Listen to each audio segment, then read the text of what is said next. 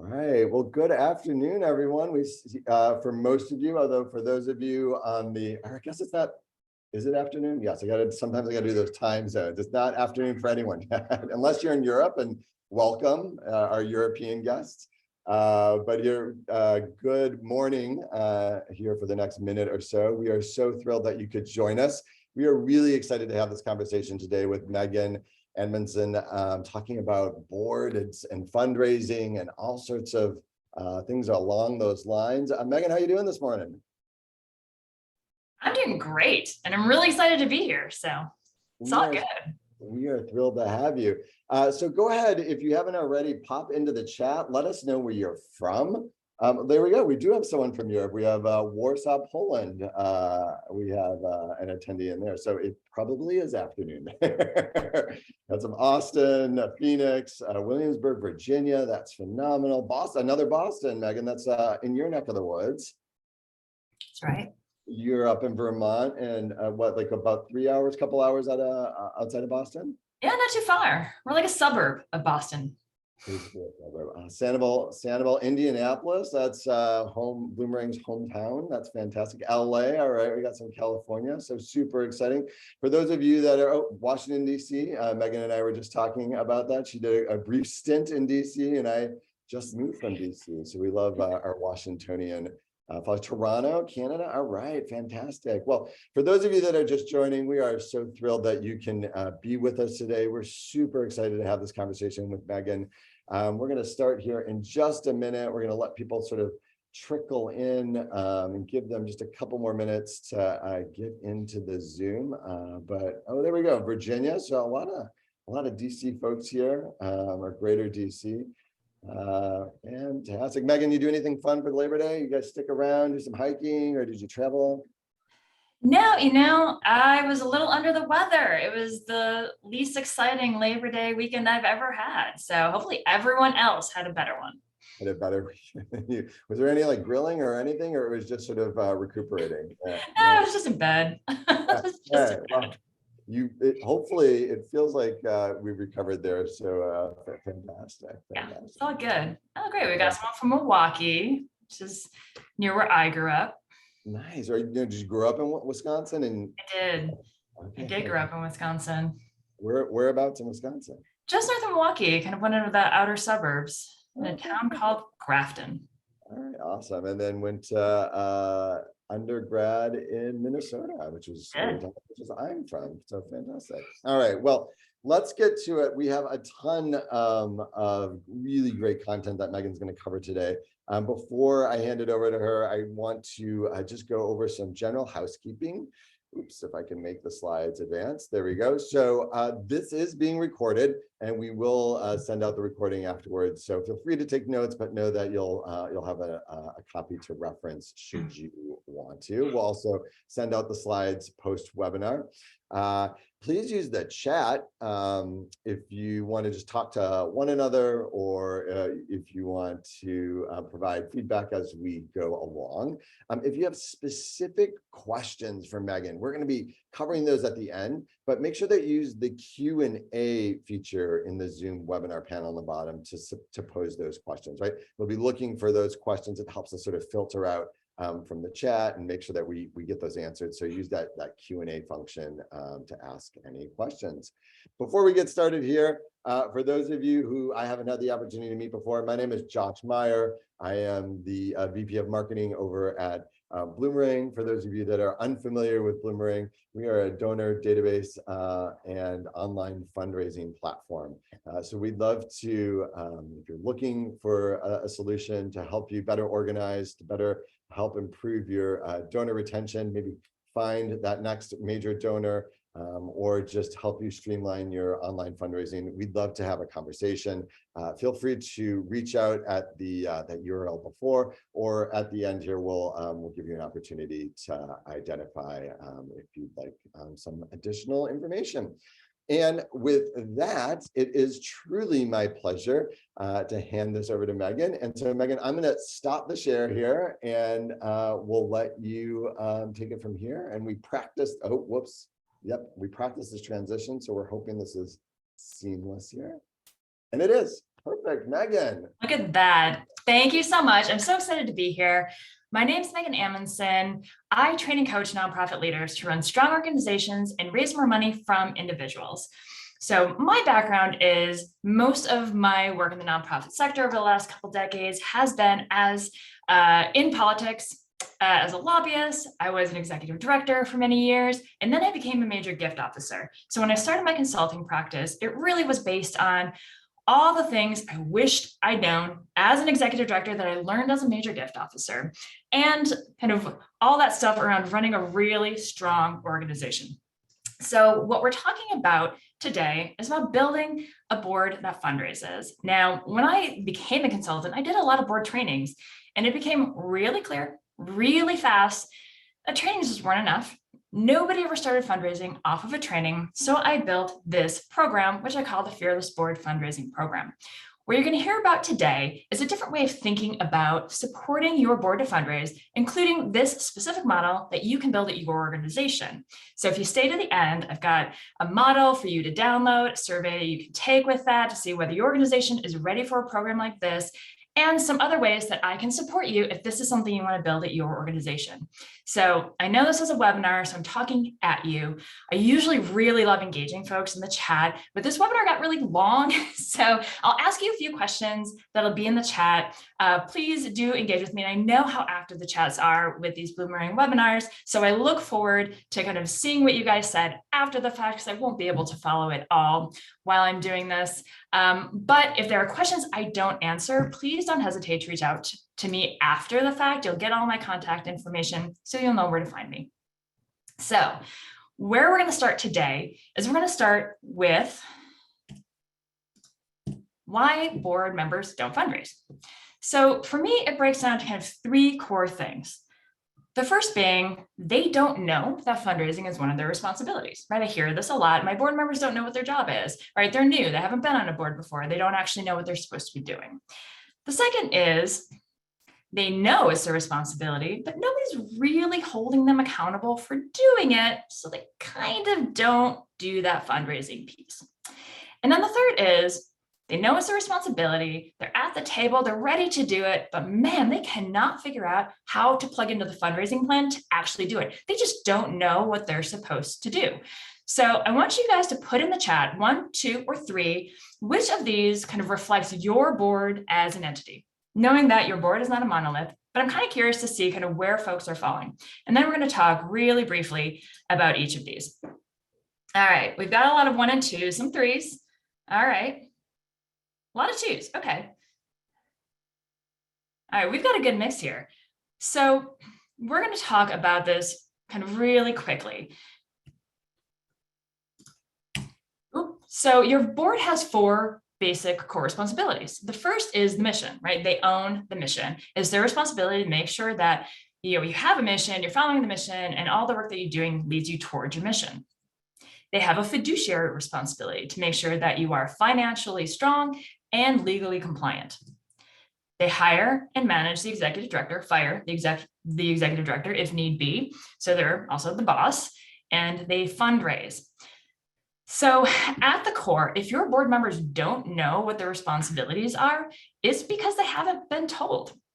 So once you bring someone onto your board, if they weren't told that these are the things that they're supposed to be doing, then they don't know that they're the things they're supposed to be doing. And it's really hard after the fact when someone joins to be like, oh, by the way, you really need to be fundraising. Great, go out and do that, right? You're going to get a lot of deer in headlights looks, and it's really hard to put the toothpaste back in the tube.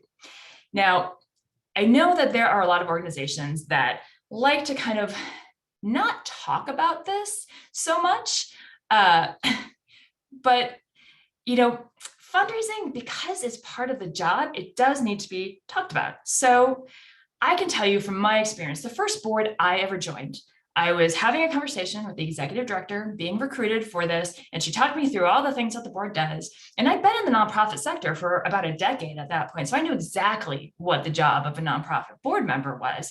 And she never said a word about fundraising. So at the end of our conversation, I said, oh, well, what about fundraising? And she said, oh, don't worry about that. Well, oh gosh, that's interesting. I've literally never said that to a board member of mine.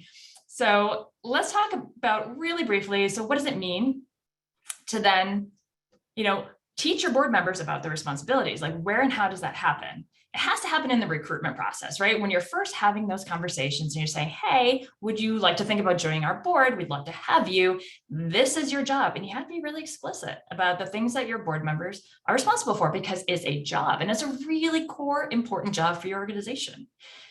Some organizations have a board commitment that they have board members sign, recommitting to the mission and where the organization is going, and to sometimes some of those responsibilities. So you've had the recruitment process, now you've voted your new board members on board. If you have a commitment, why not add fundraising to that commitment is part of the job.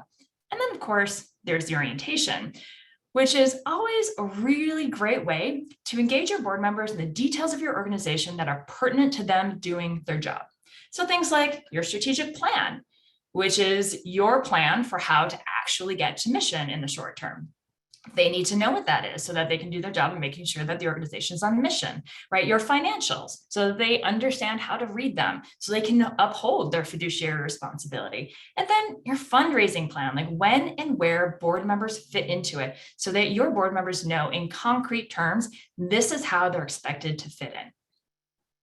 So let's say you've done all this, right? For those of you who are twos, right? Your board members know that this is your responsibility, but nobody's quite holding them responsible. So they kind of drag their feet and maybe they don't quite get around to it. So who do you have that looks like this woman on your board? Who is holding your board members responsible? So I actually want you to type in the chat real quick, who holds your board members responsible, or who should hold your board members responsible? President or me,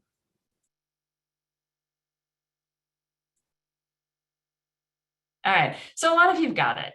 Board leadership holds your board members accountable. Your board, they vote new board members on, so they hire your board. They have the authority to take board members off, so they can fire your board, which also means that it's their job to manage the board. So your board leadership set the culture and tone for your board. And here's my story about that. So that organization where I joined my first board, right? Like, my first board, I was really excited. I went through that recruitment conversation, got the red flag about fundraising, went to my first board meeting, which they used as a kind of orientation. And we walked through with the board chair, kind of all the things that board members were supposed to be doing. And nobody mentioned the executive director's review. Now, again, having been in this sector for a long time, knowing exactly what the job was, and being the rabble rouser that I am, I raised my hand and I said, what about the ED's review? At which point I learned that the ED didn't like being reviewed, and the board chair was just fine with that. So guess what happened? The ED did not get reviewed, because even though I was a board member and I understood this was my responsibility, and there were other board members who also knew that this was their responsibility, the board chair set the tone for and the culture for the board. And if the board chair didn't want to hold us accountable for doing that, we weren't going to do it. So for those of you who said the executive director, I actually get that response a lot, but here's what I have to say about that. The board is your boss as the ED. There is an unequal power dynamic playing out there. You definitely manage up to the board, but you cannot actually hold them accountable for doing their responsibilities because you don't get to fire them when they don't. And when we're talking about fundraising, that's when it gets even more complicated, right? Because sometimes you have a development staff person who's working with the board to get the board doing their fundraising work. And then there's an even more unequal power dynamic. So you have the board who's their boss's boss, and the staff person who has no ability to hold your board accountable, and your board does not feel accountable to your development staff person. So it really takes board leadership. So let's talk for a minute about, what does that look like, right? How does your leadership hold board members accountable? Board meeting agenda. So if it's their job, that job should be a part of each board meeting agenda. You pass a treasurer's report in every board meeting because you have a fiduciary responsibility for your organization, and it's your job to stay on top of the finances. So it's on every agenda. If fundraising is a prioritized job and board leadership is holding board members accountable, then fundraising is on every meeting agenda. And it shows that leadership is watching, leadership is paying attention, leadership is expecting all your board members to execute and follow through. And there is a culture of an expectation. If you were lucky enough to have a development committee, then you've got extra layer of leadership, right? You have a chair of the development committee who can help hold development committee members accountable, who then gets to report back to the board, who then gets to support a board leadership because they're reporting back to the board because it's on the board meeting agenda for every board meeting, right? It's a great kind of feeding loop. And then there's the personal follow-up. Now, I know boards and board leadership who have been really great and responsive about this, but it's not always the top of their to-do list, but it is really important. If I'm a board member and something is holding me up from actually fulfilling my responsibilities, then I should expect to get a call from my board chair saying, what's up? What's going on? Like, what's getting in your way? Do you need additional support? Is this not the right fit for you? And if I simply say, well, I don't like fundraising, I don't want to do it, then I should be, very kindly thanked for my service and asked to leave because it's part of my job. So having leadership that takes their job seriously, because it is a really critical job for your organization, is how you build that culture of accountability. So let's say you've done this, for those of you who are number 3, not as many number 3s that I saw in the chat on this one as 1s and 2s, but let's say your board members know exactly what their job is. You've got some accountability, your board leadership is on top of it. Everyone knows what they're supposed to be doing. Man, just because your board members know they should be fundraising doesn't mean that they can. If they're all looking at you like this guy and being like, okay, so I'm ready to fundraise. Like, what do I do? Board members may not have any idea how they're supposed to be doing this job. So as a board member and as someone who's done a lot of major gifts work, I have always said to the staff of the organizations on the boards on which I sit that I'm, super happy to have donor conversations. Give me donors, a couple talking points, like I'm good. And I have never had an organization take me up on this. Not because they don't want me talking to their donors, but because they don't have the systems and structures in place for me to plug into. At one of the organizations, all of the major gift work lived with the ED, and the ED just didn't have the space to think about, well, how would they share that? Or how would they give me an assignment? Or like, how would that flow work? Like, what would that structure look like? Who should they give me? Like, that wasn't how the ED was thinking about doing that major gift fundraising. They're thinking about the individuals and the strategy. So like, there was never space for me to step in. And for the other organization, they didn't have a major gift program in place. So there was no structure there for me to plug into. I would say to the executive director, I'm happy to do work with donors, but they couldn't even wrap their head around that because they weren't doing any work with donors. So it's not enough for your board to want to fundraise. Your board members need to understand what their options are for engaging in fundraise. You need to create the system so they can plug into, and you need to be able to support their effort. So while my goal is for you to get your board to number 3, they're at the table, they're just waiting for you to get them going. That's when you're ready for a fundraising program. So let's talk for a minute about what I mean by a fundraising program. If you want to get your board fundraising, I'm suggesting you need to build a program around board fundraising. Now, you may be saying, why a program? I don't have time for this. But fundraising is a professional skill. It's learned, it's developed, it's practiced. There are frameworks, there are best practices for doing it well. So when you're asking your board to do a professional skill that they're not professionals in, because I'm guessing that most of your board members aren't professional fundraisers, then you need to do 2 things first, right? This is your board. They're there, they're at their table, they're very excited. The first thing is you need to overcome their anxiety, right? Your board members have been culturally trained to not talk to other people about money. They're nervous about doing it. They're nervous about getting it wrong. They're really afraid of screwing up an important relationship for your organization or an important relationship to them because they're bringing in new people to your organization.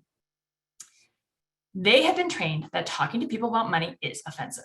Now, I say this as culturally trained because, my 10-year-old daughter has no problem asking everyone she knows to support the charity she cares about. None at all. She has not yet been culturally trained, and I'm not training her, that talking about money is really offensive. So you have to untrain your board around that and retrain them that having this conversation is not anxiety producing. It is not offensive to anyone. And in fact, it feels pretty darn good. The second thing is you need to build skill.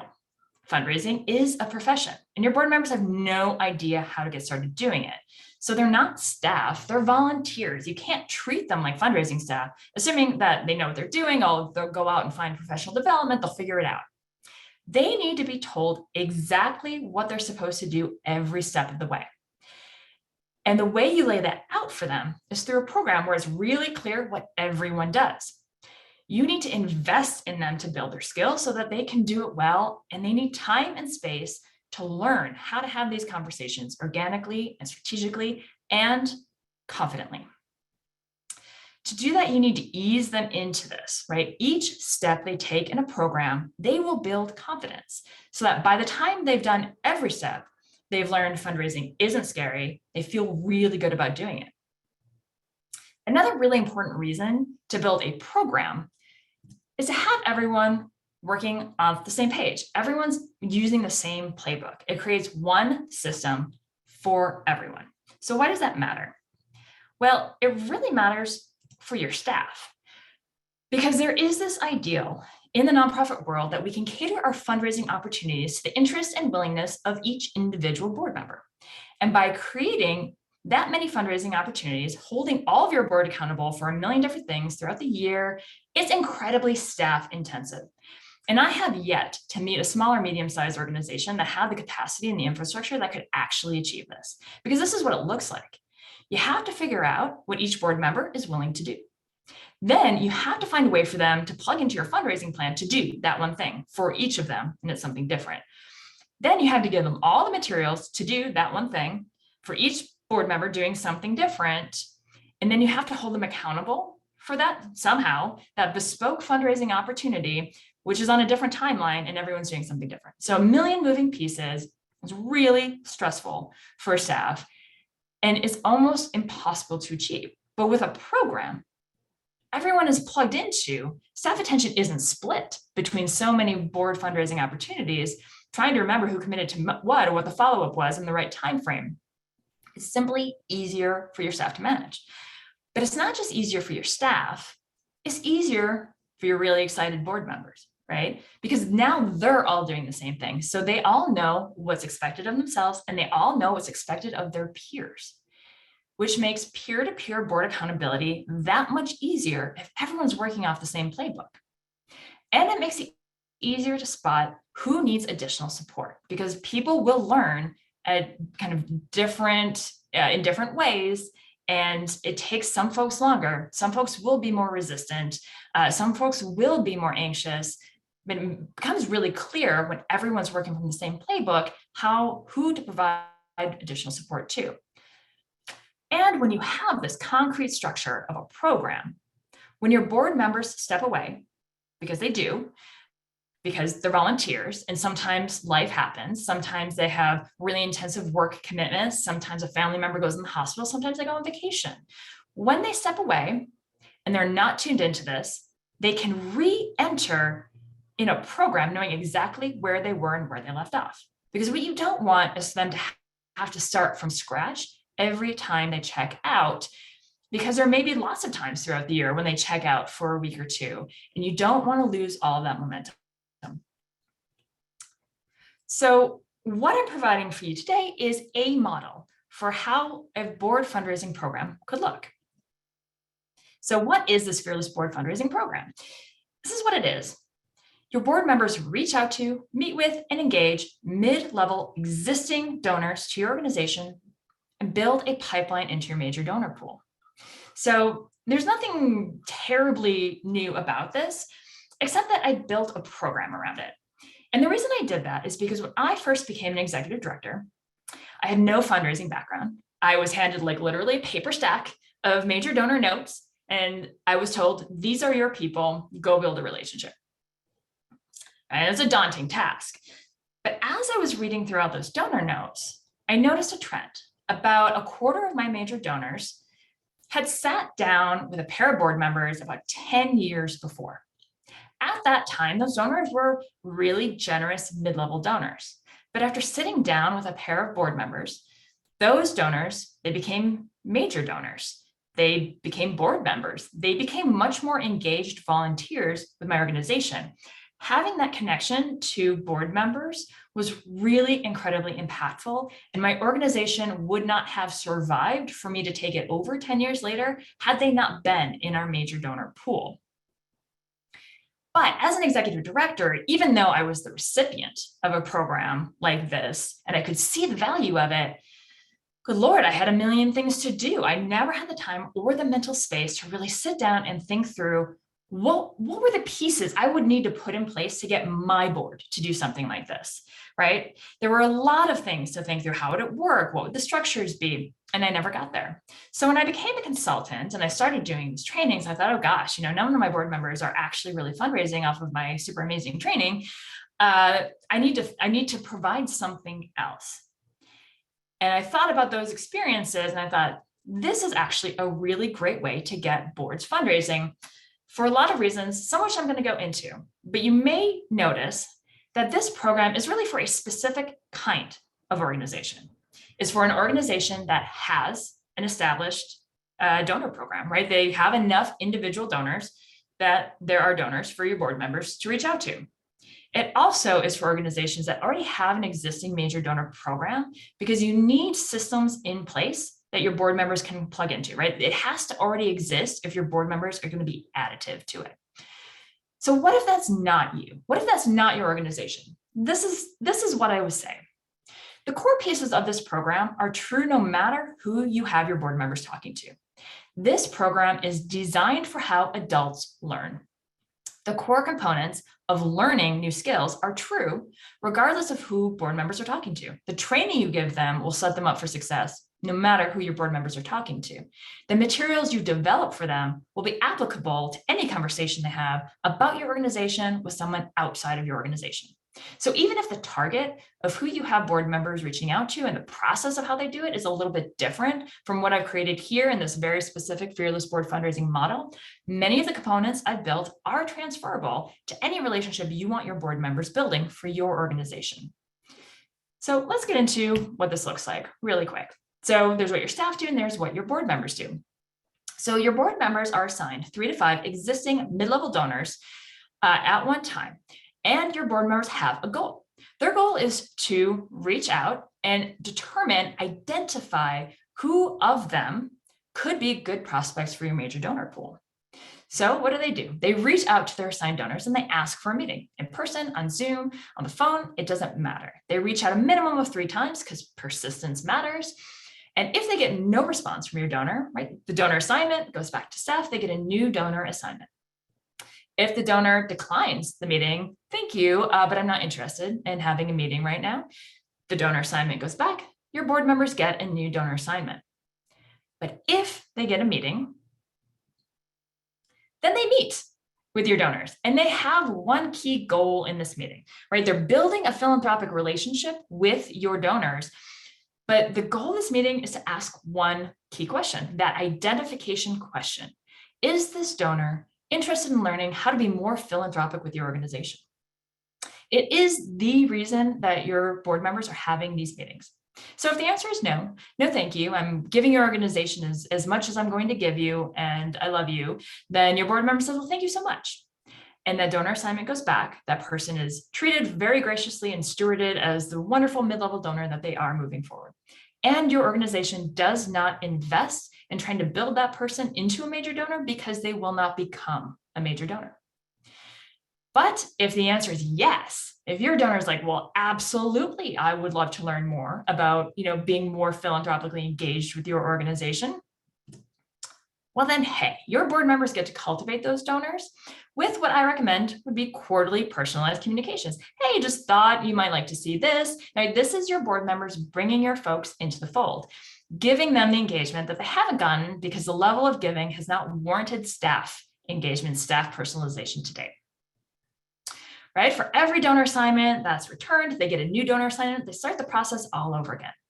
And the question I always get is, do board members solicit in this program? To which I say, this is entirely up to you and your organization. It is up to your organization culture. It's up to how comfortable your board members are. If you have a board member who's building a great relationship with a donor and they're comfortable asking, then absolutely have your board member make that ask. But if you have a donor who's, I don't know, wants more granular information about programs, or your board member isn't comfortable making that ask, then your board member has done their job of identifying those donors who are great prospects for your major donor pipeline, and they transfer the relationship to staff to answer those questions and to make that ask. So then what does staff do? So staff have to create this target list of mid-level donors for board members to reach out to. Now I say mid-level, it's, every organization will define that a little bit differently. Is, your donors who are giving more than the average gift size, but have not received personalized outreach from your organization yet. They're doing, great giving for you, but you don't have the capacity to, give them a lot of personalized handholding. But your staff member has to think through kind of who those folks are. And if in a perfect world, your board members reached out to everyone you identified as a mid-level donor and tried to meet with all of them and got data back on all of them, then the question just is, how do your staff prioritize who your board members reach out to first? But then your staff have to think about some of the structural pieces of this. Where do they keep this list? How do they tag this in their donor database? How do they make assignments? How do they make sure they know who is the next person on that list? So when they get a donor assignment back for somebody who has declined, and then can immediately then reassign the next person on the list. That's part of the structure that your staff have to create to support your board to be able to do this work. And then they're going to make these assignments, 3 to 5 donors at a time to each board member. And I say 3 to 5 really specifically, because if you have fewer than 3 assigned donors, then you don't quite have critical mass for folks to think that they're in a program. It's not enough people to really practice with. Then it's just like a one-off. Then you're saying, reach out to Bob, and I do reach out to Bob. Bob didn't respond, and then I'm done, right? This is a program, and this is an ongoing program. So you want people to get into kind of the groove of it. So you need enough critical mass for them doing this outreach and having these meetings to get that practice and to feel like, they're part of something bigger. But if you give them more than 5, if you had more than 5 donors come back and be like, yes, I want to meet with you, and yes, they want to be cultivated, well, then suddenly your board members are managing a lot of relationships. More than 5 people starts to get overwhelming. So keep it within 3 to 5. It's critical mass, but not overwhelming. And then staff need to provide board members with materials that they need. Now, board members will always want more materials than they actually need. So it's important to remind them that they're not having a really detailed conversation with donors about exactly what all of your programs are doing. They are building a philanthropic relationship. They're not expected to know that level of detail. So what you really need to be able to provide your board members is a really brief case for them to make. Why your organization? Why now? And I mean really brief, like 2 to 3 sentences, because this is going to be shared orally, right? This is not the perfectly wordsmith case statement that you're coming up with. This is something that your board members will put into their own words and share with donors kind of in an organic conversation. So it has to be really concise and really brief. You also need to give them some talking points, right? Big picture talking points on the major programs you're doing right now, so they can at least reference them. And then your staff have to provide these cultivation communications for your board members to be sending out to donors as they cultivate on a monthly basis. Now, I recommend that board members are sending out quarterly. I'm saying staff are sending out monthly. Why the discrepancy? Because part of what your staff is doing is reminding folks and reiterating to folks that this is a program. They're supposed to be doing this work on an ongoing basis. Getting that email in my inbox as a board member reminds me, oh yeah, where was I with, setting up that meeting with Bob? It's a nice trigger. But also, because I'm a volunteer, I'm going to check out and then check back in. I might not be checked in when you send me that communication. So if you're only sending me one every quarter and I miss it because I'm not checked in that moment, or I got to know my donor really well and they're not actually all that interested in that talking point or that program that you're referencing, I get to wait for the next month. I always get that opportunity. So I get multiple opportunities within a quarter as a board member, and as staff get to stay on top of it that way. The last thing that staff need to do is make sure they gather notes from the board members as they do this outreach. because as important as your board members identifying these major donor pipeline targets is the data you get back. Because you are going to get a tremendous amount of data on donors you don't currently have any data on. So meeting notes that need to go into the database, all of that needs to live within the organization, not with individuals. So having a really clear pathway for board members to get that information to the organization is really important. And a lot of that actually happens via email. While they're setting, a lot of that information comes when they're setting up meetings, not necessarily just from the meetings. So there's actually a fair amount of data that your board members are getting that needs to be brought back to the organization. So staying on top of that is really important. Now, when I start talking to organizations about having their board members talk to existing donors, the response I often get is nonplussed, right? Because the reason that you have board members doing fundraising is so they bring new people to your organization, right? Like you've already got these donors, you need new people. But there are some really key reasons I focus on existing donors for your organization. First is because one of the key goals of this is building your major donor pipeline. And your next major donors are most likely already giving to you. They're already in your donor pool. They're your warmest donors. So they know you, they like you enough, they give to you. And you probably don't have staff time to be figuring out who those folks are, but your board can help. The next reason is because this is a warm conversation. So your board members, remember, they're anxious and they're nervous. They're not comfortable having this conversation yet. They're just learning. So you want to make sure you're starting them off on the right foot to build fundraising skills by starting them with a warm conversation that has the highest likelihood of being a really positive experience for everyone involved. And there's no better place to start than people who already know you, already like you, and like you enough that they already give to you. So your board members and your donors they have something in common, which is a great foundation for this philanthropic relationship you want them to build, and that's a love for your organization. And because you want your board members learning step by step so that they can really grasp all the pieces of how to fundraise, talking to current donors will help your board members ease into this, and it takes the pressure off. Because when we say today, we want board members to fundraise, what we really mean is we want them to bring in brand new donors from their networks.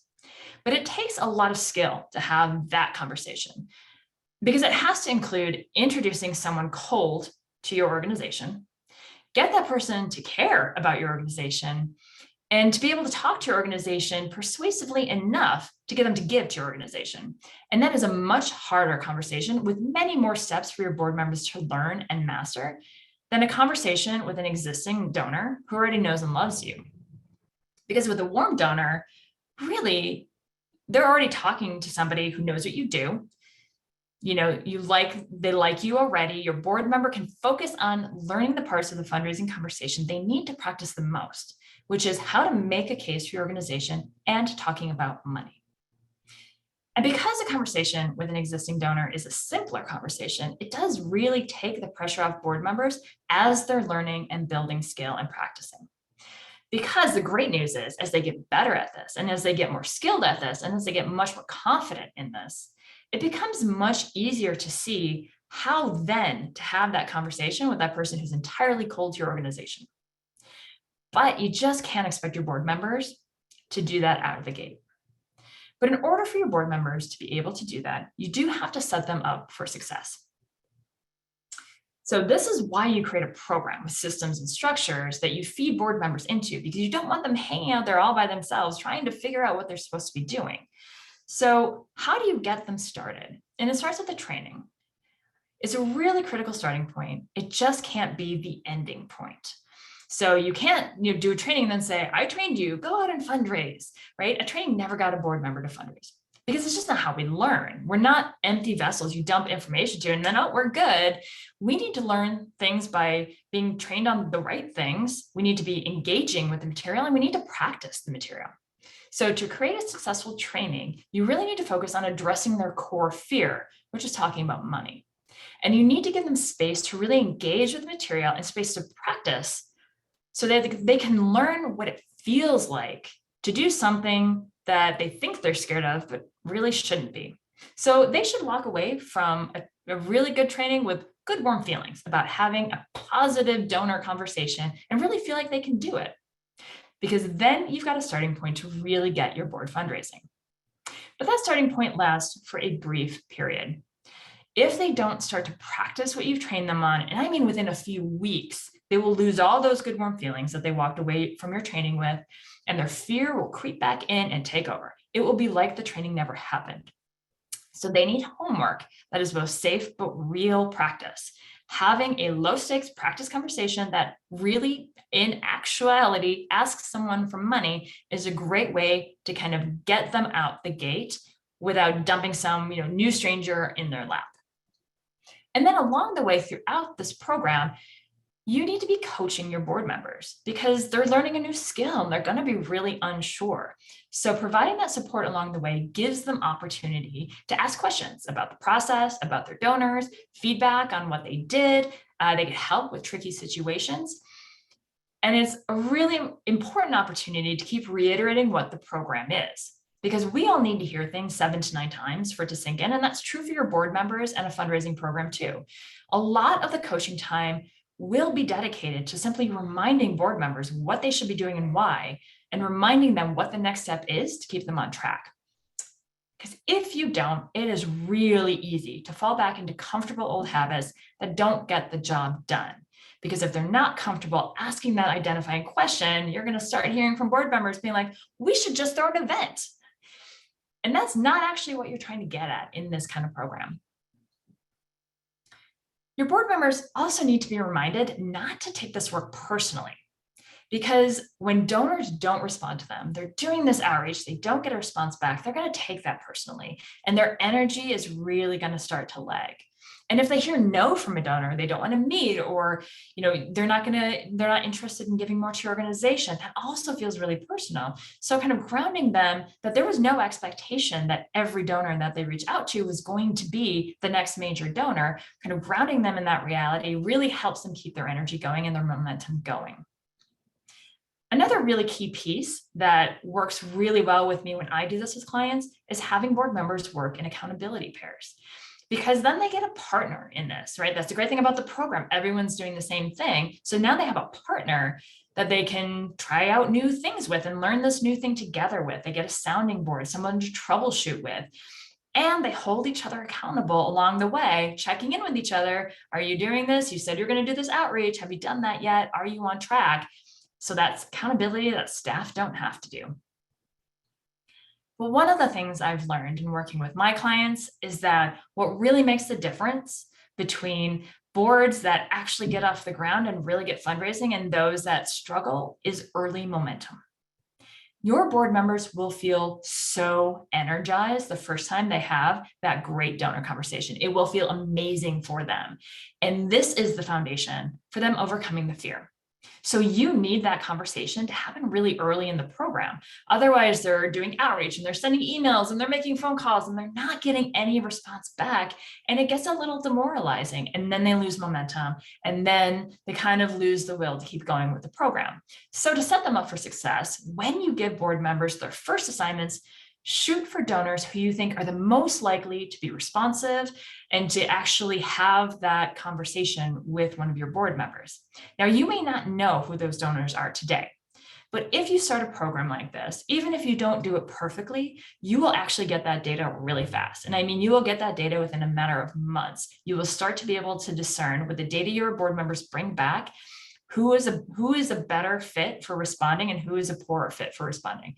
But that data is so important for so much of your fundraising program. It's actually really exciting to get it. But it means that the next time you orient board members into this program, you have a much better sense of who those highly responsive donors are, so you can give them that early momentum. But you also need to set your staff up for success. And because getting a volunteer body to do a professional job for your organization is not a small lift. So I kind of call this, accepting the reality of volunteer fundraising, and it's really embracing reality. But the first step in it is making sure that this is a staff priority. So your staff have a million deadlines, whether this is, on the ED's plate or whether this is on a development staff person's plate. Deadlines galore. This will be the first thing that falls to the end of the to-do list. But if you are not making this a priority, if you don't have a new donor assignment to hand out the second a donor assignment is returned, or if you're not doing those monthly cultivation pieces, the message you're sending your board members is that the organization isn't taking this seriously, and then your board won't take it seriously either. So it's kind of a self-fulfilling cycle. If staff make this a priority and they are held accountable for this as a priority, then your board makes it a priority, right? It's a feeding loop. But what you really need to accept is that progress will be really slow on this. Your board members, they're not staff, and they don't add staff level capacity to your fundraising program. You can't just delegate them a task and expect them to achieve it, especially when it's not their professional expertise. So they need much more support than you think, because they're going to be anxious. They will be somewhat resistant. It will take months to overcome that and kind of diligent coaching. You are investing in your board and training your board members to become good at this for the long term. They're not going to be good at it off the bat. So if you can accept that this is a long-term project, a long-term program, everyone will be able to go with that flow. And also, this isn't a destination. Anything you want your board to be, whether it's a fundraising board or a diverse board or anything, is never a destination. You never arrive. It's always something you're going to be striving for, and it's always something that you're going to be shooting for. And just when you think you've got everything right on track and all the wheels are greased, everything's going to change. Your board chair is going to resign, you're going to have staff turnover, you're going to have a crisis that requires all of your board's full attention. If you understand that this is something you're always going to be working toward, you're going to be much less frustrated when you don't arrive. So now I promised at the beginning that I would have some resources for you. And here's a QR code, and I think it's going to be put in the chat. I have a download for you. This is free. You can download the model, see what this Fearless Board fundraising program is, and take a little survey that asks you questions about whether your board is ready or your organization is ready for something like this. So this just kind of walks you through what the model is that I just walked through. And the beauty is this program can be built in any organization, right? This isn't rocket science. It's just an investment in your board. But if you are strapped for time and you rate time and capacity, those are always the limitations that every small and medium-sized nonprofit really face. I have other ways to help you. If you find this is something you want to move forward toward and something that you want to build toward, but maybe you don't have all the resources in place. And by the way, I'm just going to fully admit, I had to have a friend tell me that the QR codes, like your phone actually takes that picture and you can get to the website, which is a beautiful thing. So I put it all in all of my slideshows now. So anyone who looks at it can say, oh, I can get this too, even if you're not in the chat. But there are ways that I can help if this is something that you're interested in investing in. And the first is I have a set of toolkits that you can purchase, a toolkit for staff, a toolkit for board members. So this helps both your staff and your board members kind of go through step by step. For your staff, it's like thinking about how to set up the structures, some of the pieces in place. For your board members, it's like a workbook of ways that they can, what the outlet reach should look like, what that email could look like, how to think about a voicemail message, how to track their progress, how to think about the notes and how to write out the notes that go back to staff. The toolkits kind of have all the pieces that you might need. If you're just thinking, gosh, I'd really love to do this for my organization, but I don't have the time to build all of the pieces out, the toolkits can give that to you. So the toolkits are one way that I love to support nonprofits who are interested in really investing in their board fundraising. The other is trainings. Now, I mentioned the importance of that foundational board training, and I have built a training specifically for this program that consistently gets board members super excited about having this donor conversation. They walk out thinking this was fun, right? They walk in super anxious. I don't know what this conversation is. I don't want to have it. I don't want to talk about money. And they walk out saying this is fun. They walk out feeling great. So if you're looking for someone to help you train your board, I have this training. It will be great as a launching point for your organization. If you want someone to come in and do it for you, and you don't want to have to build that from scratch.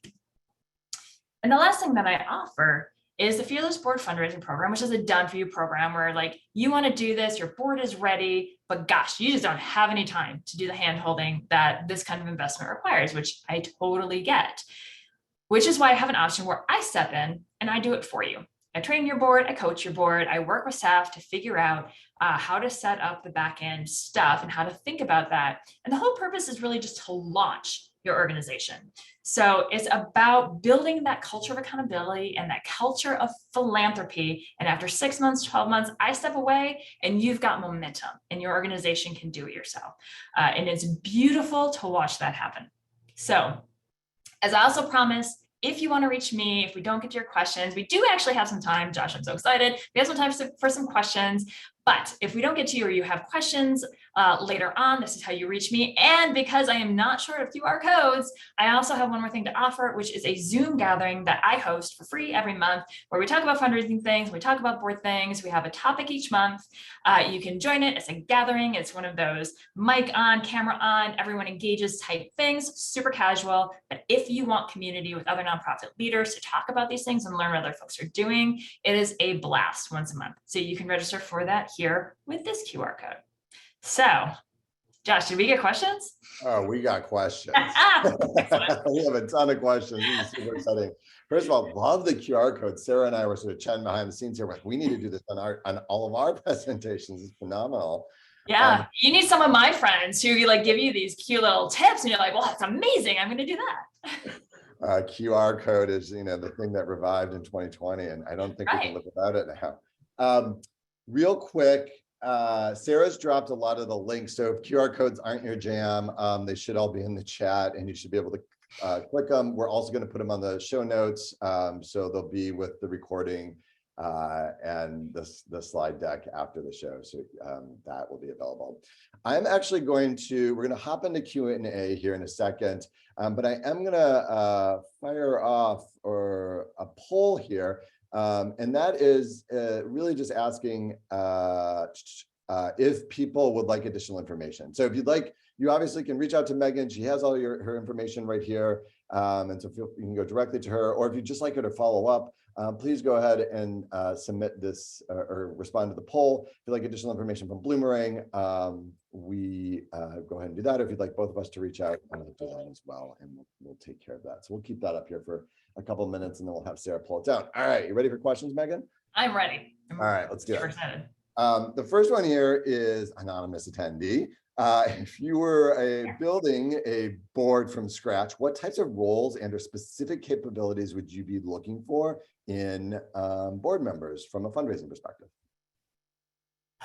Mostly I want willingness, to be honest. Like, everything else is trainable and skills can be learned. You just need the willingness, because you will run into people who say, I will do everything but fundraising.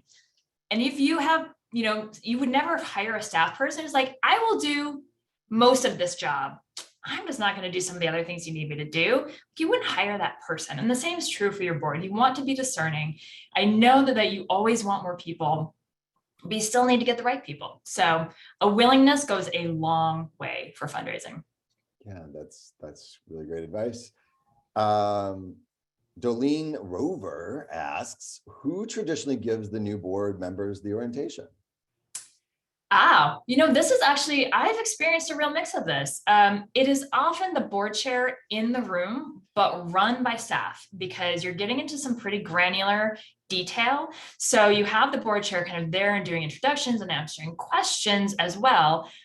But this is kind of staff level detail. So when you're talking about the strategic plan, the staff have filled out a lot of, kind of what has been done with the board. Staff fills out a lot of that into work plans. So, staff's got a lot of the detail. You might want to have a finance person, kind of whoever manages your finances, or your treasurer in there talking about your finances for the fiduciary piece of it, because you do want to make sure all of your board members can, on their own, read through and understand all of your financial documents, so they know what's happening and can be kind of a critical thought partner in upholding that fiduciary responsibility. And when you're talking about fundraising, you might want your development staff, if you have development staff in the room, like whoever's created your fundraising plan, has a pretty good idea. But a lot of that can also be delegated just to the ED, because the ED's got a pretty strong handle on all of those things.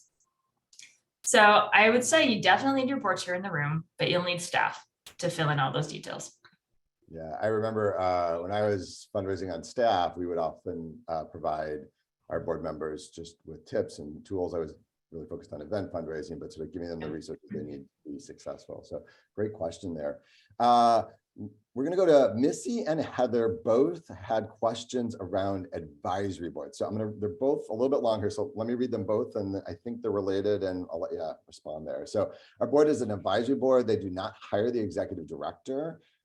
It's a principal of the school in her case. And the development director does not go to the advisory council meetings, but oversees a subcommittee that specializes on development.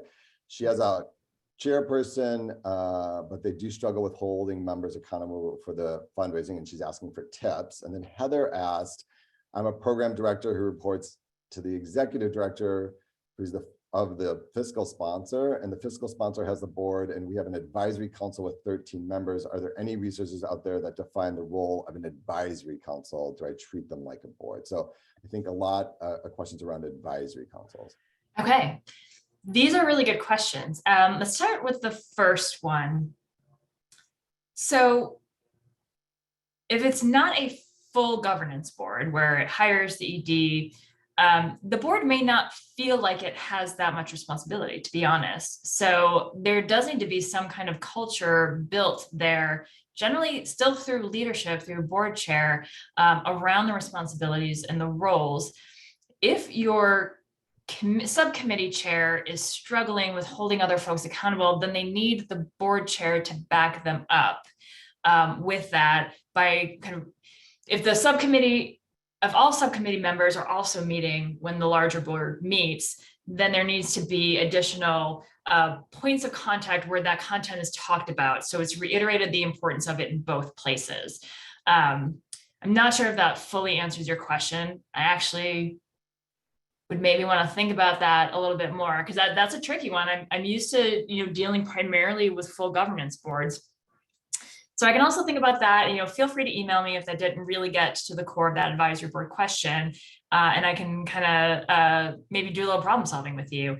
The question about the fiscal sponsor and the advisory board, one of my questions is the intention for your fiscal sponsor to spin you off and your advisory board becomes your governance board? If so, I would treat them as a governance board with the understanding that they will get those roles and responsibilities at some point in the not too distant future. But if you're kind of long-term under a fiscal sponsor and they're just an advisory board, I think you actually have a lot of leeway for how you define what that is.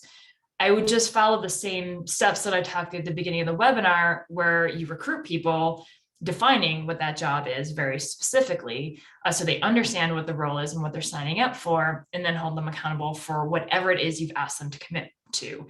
I still think fundraising is a really important key, because your board members, whether they're governance or advisory, they are still helping you make really important decisions. And if they don't understand how the fundraising works, or the importance of the fundraising, or the importance of their role within your fundraising program, if they don't have like a really fine experiential kind of learning around that, and they don't see it, they're really going to struggle kind of governing or advising in anything you do, because so much of what you do is limited to resources and they just don't understand the fundraising piece. Then it's really hard to understand what there is to work with. So I find that when board members do a program like this, they understand the fundraising piece much better. They have a better appreciation for fundraising staff and what they do. They have a better appreciation for kind of the runway needed to actually build a donor up into a major donor. Like it clicks into place. They get it. And so they just have a better understanding of how the organization works in a more holistic view, which makes them better board members and better able to govern. So hopefully that was an answer from the advisory committee. Like, do what you want. If they never have governance responsibilities, then it's up to you. Right. How they want to do it. Yeah, that's great. We had two questions here specifically about Bloomberg. Todd asks, what would be the best place to capture donor information in Bloomberg?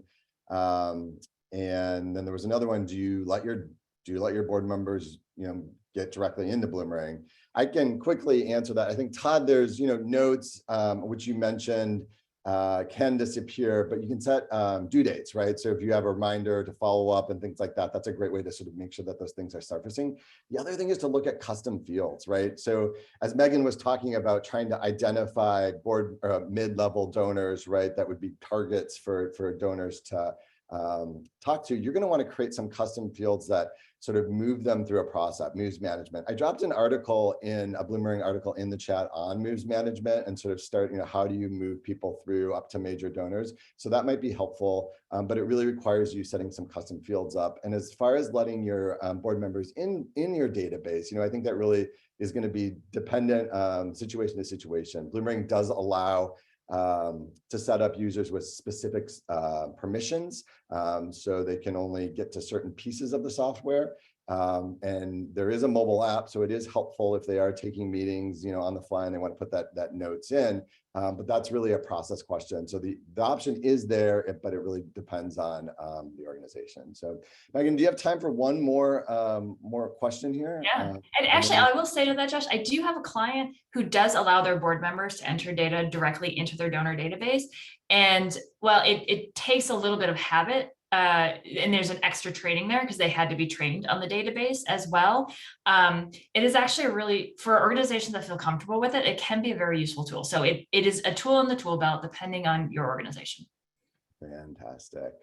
All right, so I'm going to take one more here, and then Megan, I will make sure that you get the rest, all of these questions. So if there's folks that if we don't get to you today, my apologies. This is phenomenal. All these great questions. I think this is going to tackle two. But I think there was Morgan asked this question, and I think Courtney had sort of a similar take on this. Is what do you talk about when you get that you schedule that meeting and you get that mid-level donor, and you talked about sort of like trying to understand their propensity to upgrade, but what are the questions you ask, and what should the agenda on those calls be? Yeah, so I actually created a 10-point checklist specifically for board members about what should be in this conversation. And that is what, when I do trainings, when I kind of launch clients on this, that's the training I do with them. Like, this is the conversation. These are the things, these are the questions you ask. These are the things you need to say. And these are the things you do afterwards. It's a checklist, not a numbered list, because this is not the order in which you have this conversation. This is an organic conversation. You want to make sure that you hit these points. And it's in the toolkits. I think I might actually still have it available on my website. It's one of those really great tools that, I'm happy to provide that as well, because I do a whole training on it and it's great. And board members love it because they're like, oh, thank God, I know what I'm supposed to say. Because that's half the anxiety, right? It's both like, I don't want to talk about money and I have no idea what to say to these people. And that's exactly how I felt when I became an executive director as well. Like, they handed me the stack of people and they're like, go build a relationship. And I was like, what does that mean? Well, let me tell you what it means. I have a 10-step checklist. Basically, just hire Megan and all your friends will go away. No, not quite. But or, at least download the toolkits, because it's in there along with all the other spreadsheets and all the other tools that they need. And they're like little workbooks. So they're like editable PDFs, like your board members can work right in them. It's really handy. It's awesome. Megan, this has been a pleasure. I learned a lot. So I think I learned stuff that, our attendees definitely got a ton, and we got a lot of really great feedback here in the chat. So great. Thank you for taking the time today and sharing this amazing knowledge with our audience. We are so thrilled to have you. We are going to wrap it up. If we didn't get to your question, we are going to be sending all the questions over to Megan. And so if she has a moment, she'll try and respond. I think there's 3 or 4 there that we didn't get to, Megan. Great. I will look for that. Perfect. And for those of you who are new, we do these every Thursday. So you can check out our website, bloomberg.co, and just navigate to the webinar section. You can see what's coming up for next week. Other than that, we will let you get back to your days. Thank you again, Megan, and have a wonderful day, everyone. Thank you.